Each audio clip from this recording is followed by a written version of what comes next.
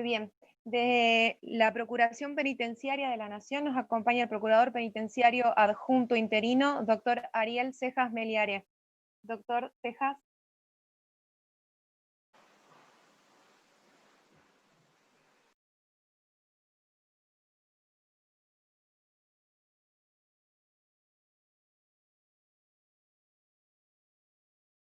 Si está hablando, doctor, no lo estamos escuchando, lo debe estar muteado.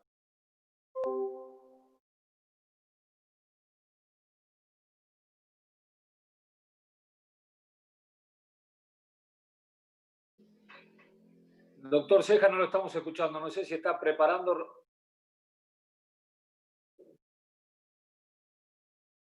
Doctor Cela. Hola, ahora sí. Ahí sí, ahí sí. Perdón, bueno, sí, estaba intentando compartir pantalla y no sabía si se veía.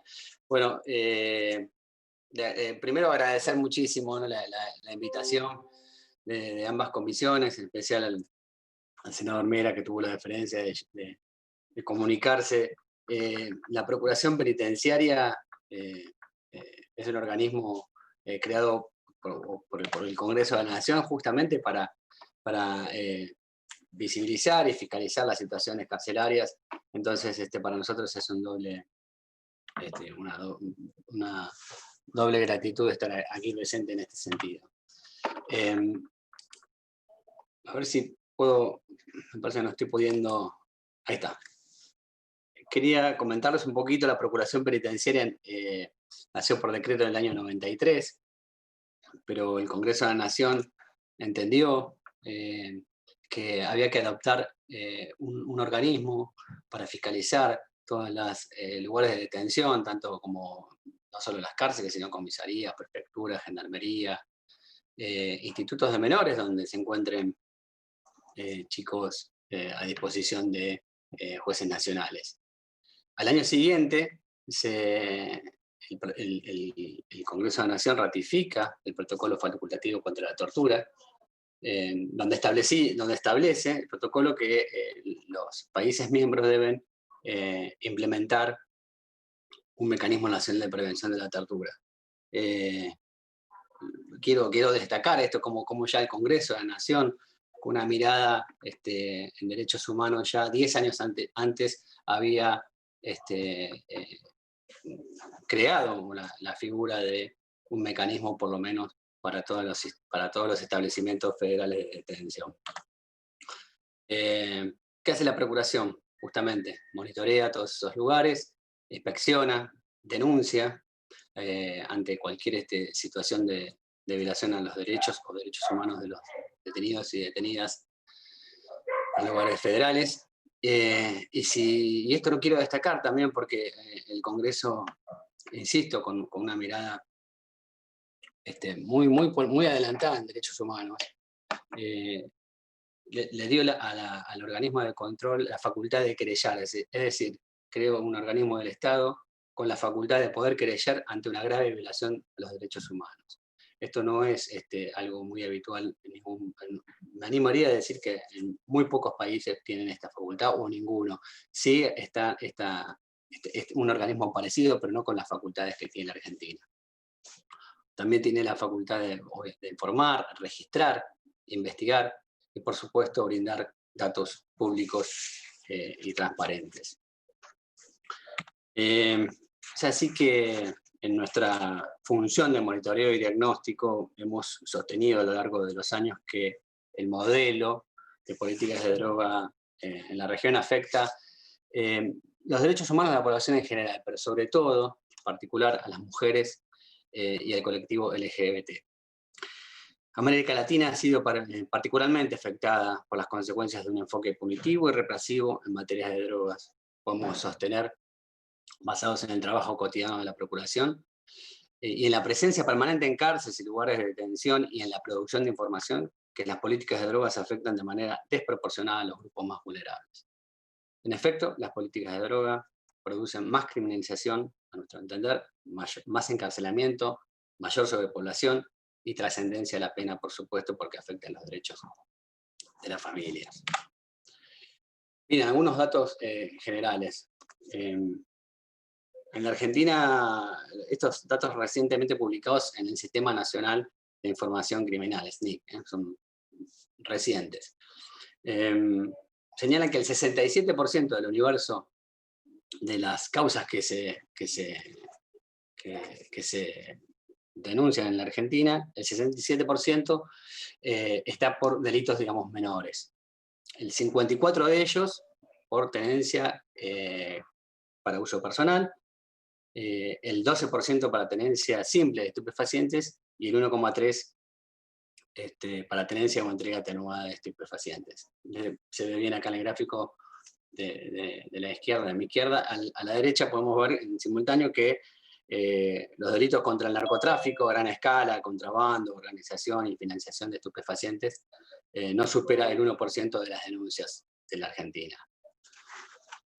¿Cómo evoluciona? Acá se ve cómo se evoluciona la persecución penal sobre estos delitos. En los últimos años, la tenencia simple atenuada aumentó un 147%, la tenencia simple un 48%, la comercialización de entrega 46%, y fíjense cómo el contrabando ha bajado un 60% en estos últimos años.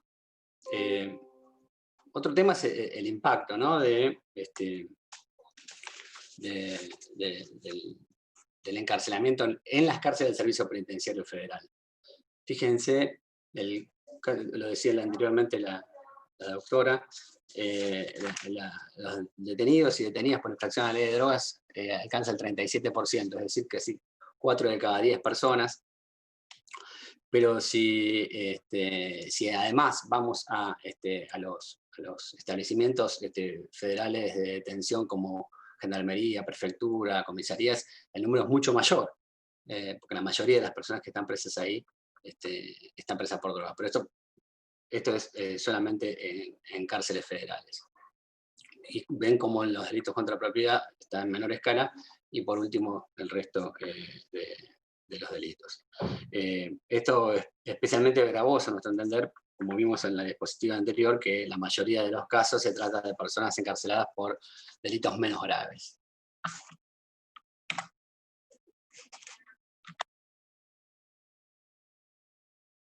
Ahora, también se hablaba en la exposición anterior sobre la cantidad de procesados y condenados. Como ven, las detenidos y detenidas que están por drogas, el 61% está procesado y solo el 39% está condenado. Y si vamos al universo total de los detenidos y detenidas por nuestro país, solo el 51% está procesada. Entonces, esta sobrerepresentación de las personas sin condena firme evidencia otra de las múltiples vulneraciones a los derechos que padecen las personas privadas de libertad por el delito de drogas.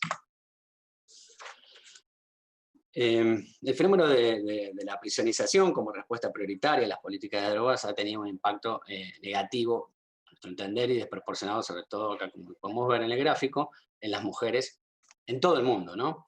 Si bien el número de hombres y presos es mayor, el encarcelamiento de las mujeres está creciendo a un ritmo bastante acelerado.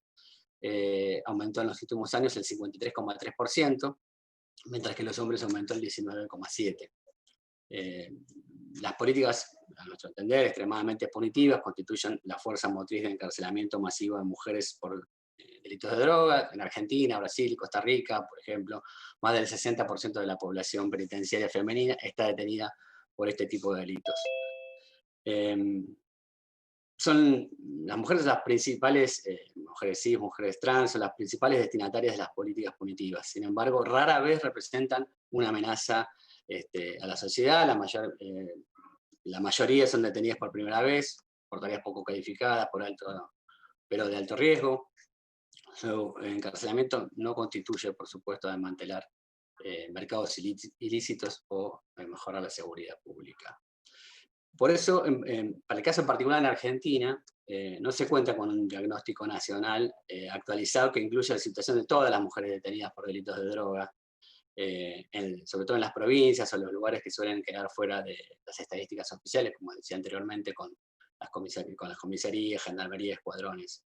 Entendemos que es una deuda que debería saldarse, incluyendo el registro de las mujeres que se encuentran en arrestos domiciliarios, detenidas por delitos de droga a fin de que se pueda evidenciar el impacto real, ¿no?, de las políticas punitivas.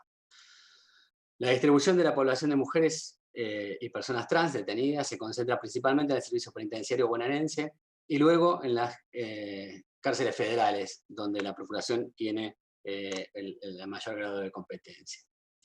Al detenerse los delitos más frecuentes cometidos por esta población, se observa como la amplia mayoría permanece detenida por infracción de drogas y en segundo lugar delito de robo o tentativa de robo.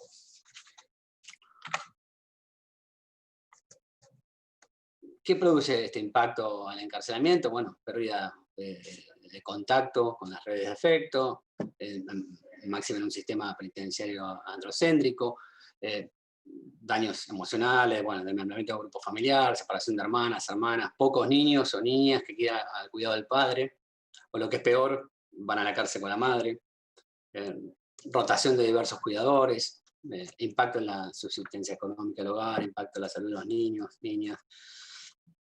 Yo quiero, digamos, no puedo dejar de mencionar, por ejemplo, un caso testigo, que es el salió en muchos medios sobre una detenida de nacionalidad boliviana que cruzó la frontera hace más de 2 años para poder pagar, con droga, por supuesto, para poder pagar la quimioterapia de su hijo.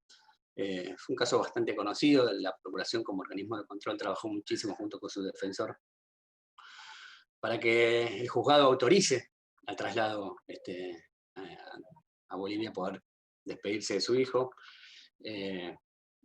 Alcanzó a poder despedirse, falleció rápidamente y luego la sala 1 de casación penal absolvió a Claudia, a esta detenida. O sea que cuánto dispendio, ¿no?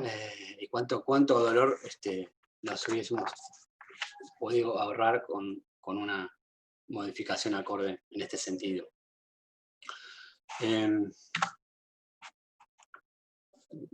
No quiero extenderme mucho más, pero quiero dejar algunos antecedentes institucionales de la Procuración. Además de la visibilización del impacto de las políticas de drogas, se promovieron alianzas con otros organismos nacionales a fin de traccionar reformas legislativas e interpretaciones de las reformas de las normas ya existentes, congruentes con los acuerdos internacionales adoptados en materia de género y derechos humanos.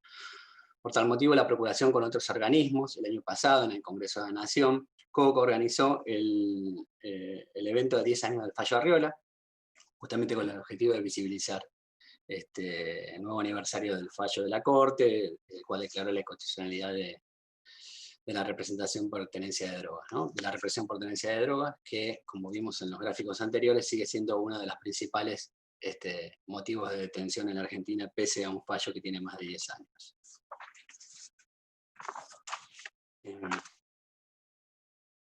Algunos ejes rectores, entendemos, para diseñar políticas de droga respetuosas de los derechos humanos. Las políticas deben ser desarrolladas mediante una evaluación objetiva de prioridades.